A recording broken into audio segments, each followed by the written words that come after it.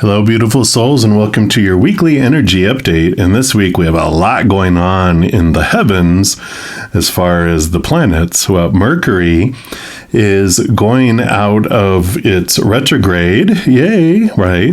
Going into its post-shadow on the 18th. So we do have time here to reflect on what did we learn about things coming up from the past during the retrograde period.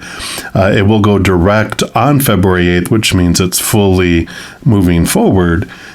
So we still have a little bit of time here during the post-shadow. The more we move away from January 18th to February 8th, the less of the Mercury kind of retrograde reflection energy will leave us. Then Uranus is actually going to be going into its post-shadow as well, but on January 22nd. And it takes a long time. It's further out, of course, than Mercury. Mercury is like right next to the sun. Uranus is, further out in our little solar system. So it takes more time for it to make movement in different places. So it's going to its post-shadow on January 22nd, but it doesn't go direct until May 10th. So we do have time here. Uranus rules over Aquarius, and it is about suddenness. It brings in change and has us look at new ways of looking at how to get things done, brings in new ideas, things like that as well. So whatever came up while Uranus was in its retrograde, we have a great deal of time between January 22nd and May 10th to look at that, what we learned during that period. Now, it goes then into pre-shadow again on May 26th. So we're going to be going back into retrograde in Uranus, so don't get too comfortable with it. But the furthest we get away from January 22nd to May 10th, the less impact of sudden change and having challenges on looking at how we do things impacts it there. And then this week, January 20th, we do go into Aqua season. So happy birthday to all you Aquarians that are coming up here, all you sun babies. And I do have a special pick a card for the Aquarius season for everyone, but it has a special birthday reading in there too for all you Aquarius suns. That actually comes out tomorrow on January 15th. For the focus of this reading, though, on January 21st, we do have the new moon in Aquarius that's happening at 1:53 p.m. Mountain Time, which is the time zone I'm in. And so we'll focus in on the 10 new moon wishes that we make during the first 8 hours after the new moon. So, during that period, if you focus on like new moon wishes, it could be for anything. But to make the most of the power, we do it within 8 hours after the new moon. And if you focus in on the energy of the sign that the new moon is in, it is an even more powerful around manifesting those wishes. So I'll pop up the Aquarius characteristics here on the screen. And so you can see here how it has to do with the social circle, friends, acquaintances, groups, tribes, social media, that type of thing. Also humanitarian global outlooks, new and unusual ways of approaching challenges. That's that Uranus energy. The old no longer works for the new. It could be about technology, inventions, internet-based solutions and opportunities, lightning and electricity also. And big dreams. The Aquarius card in the tarot is the star card. It's one of the wish fulfillment cards. So it's like dream big. This is the sign of the 11th house of the whopping wishes is what I call them. There's a little astrological offering a service that I put out there, which I'll have linked down in the description box below if you're interested in getting your wishes, understanding more about wishes.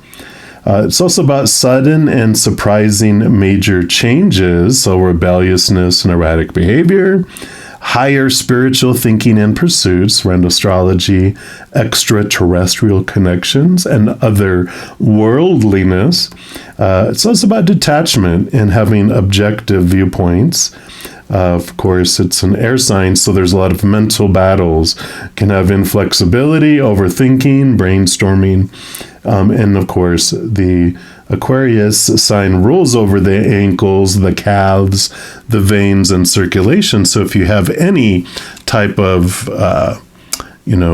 challenges with that, then you can definitely make a lot of strong energy towards that with these new moon wishes.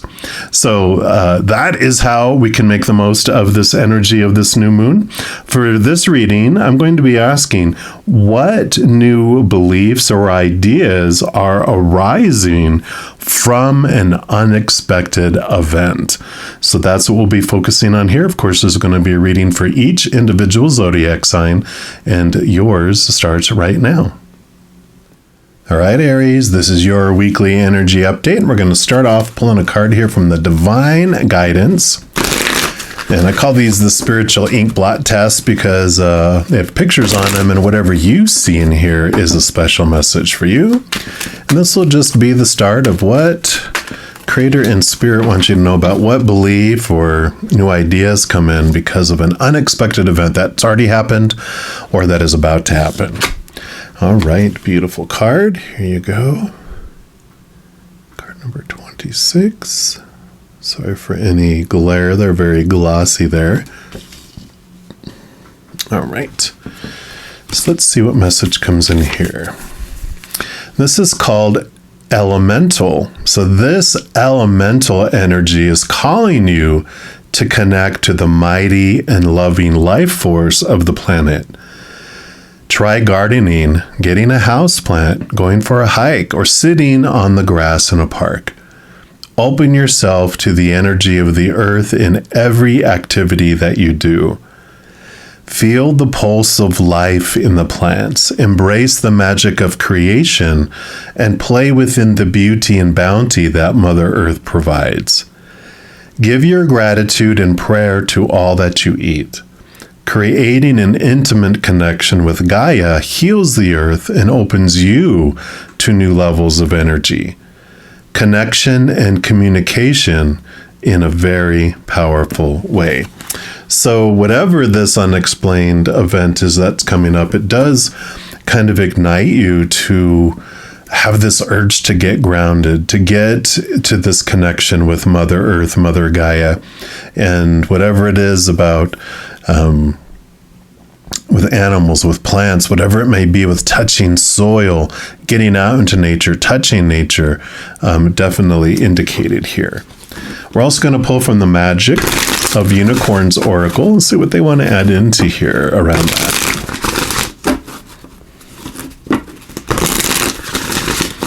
All right. So what else for Aries, please? All right.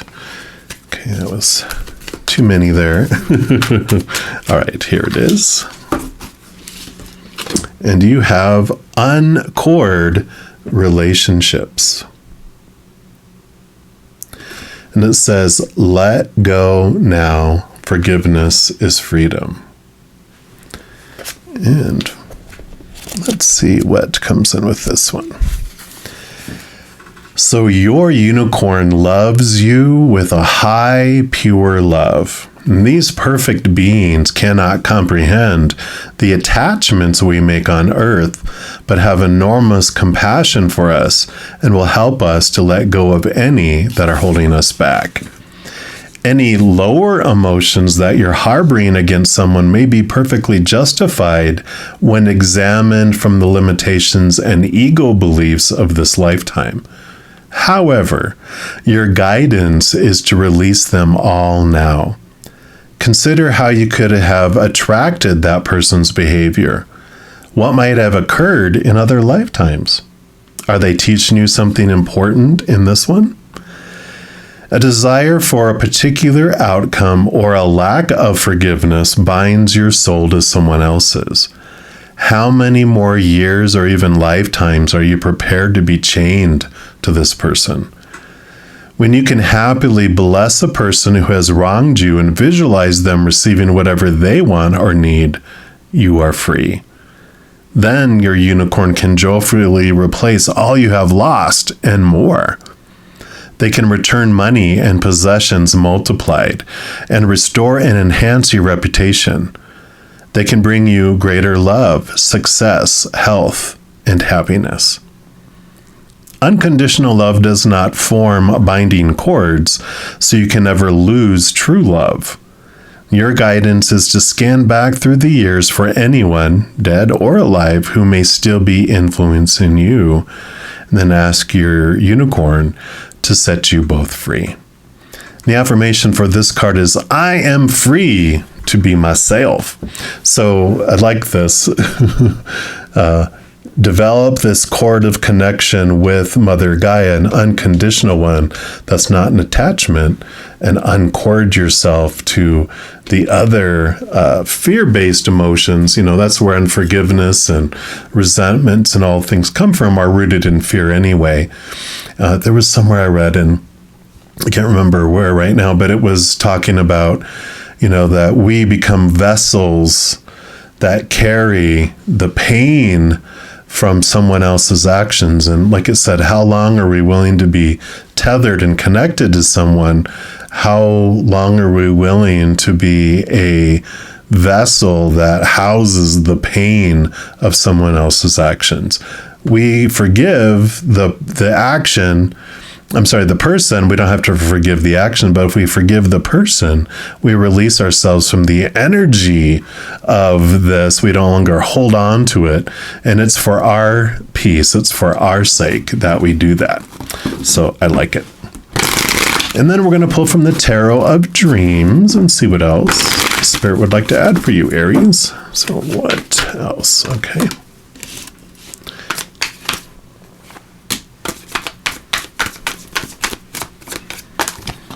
All right. So we'll start with this one here. Yeah. And then we have the Ten of Cups. Overflowing emotions, unconditional love, filling our lives, filling us up and overflowing out into the world. So definitely this love that's coming in here. We're ready to put an end to the old ways of love, where there's an eye for an eye. That's the conditional love, the fears of losing conditional love. But this Ten of Cups is about filling up with love on the inside. It fills us and overflows out to the world, and we feel like our whole world is just unfolding and overflowing with love. And then we have the Two of Pentacles. And the Two of Pentacles tells us about balance in the outside world, which, when we're looking at the difference between these two, there definitely is this balancing energy, connecting more to the unconditional love of nature in the higher realms, disconnecting less of this and more of this is what brings us peace. Yeah. Then we have the Seven of Wands. The Seven of Wands is about not being afraid to move up and be happy and to stand out, because we're afraid that we're going to get attacked. And we definitely, whenever we have wonderful things that come into our lives, we definitely have people that feel low about themselves that then react to that. And they're like, come back down here and be miserable with the rest of us. How dare you be happy? But that's okay. We don't have to defend it. We can help them out of compassion if we want, but we definitely don't have to defend our success and our happiness in life. People want to be miserable, let them be miserable. If you have compassion that's ignited in your heart around someone, that you want to sincerely help them see themselves in a clear way, you can do that too. Not required, though. Yeah, here you have the King of Cups. The King of Cups does balance heart and mind as they roll over water, but all the kings are given air energy, which is mind energy. So it's a balancing. They know that it's important to live logically and make plans and look at things from different perspectives. But also, if you do too much of that, you don't get to enjoy life because your heart isn't in it. Your heart isn't singing. You just wake up every day going, oh, okay, well, I'm doing what's expected. But then the heart gets involved, this balance in between the two. We can do something we love while being smart about it. So I like that. And then you have the Knight of Wands. The Knight of Wands is one of the fastest moving knights in the entire deck. They're the fire knight. So it is about things moving rapidly, things coming in very fast, things changing very fast too. And so that's good because this allows you to have this movement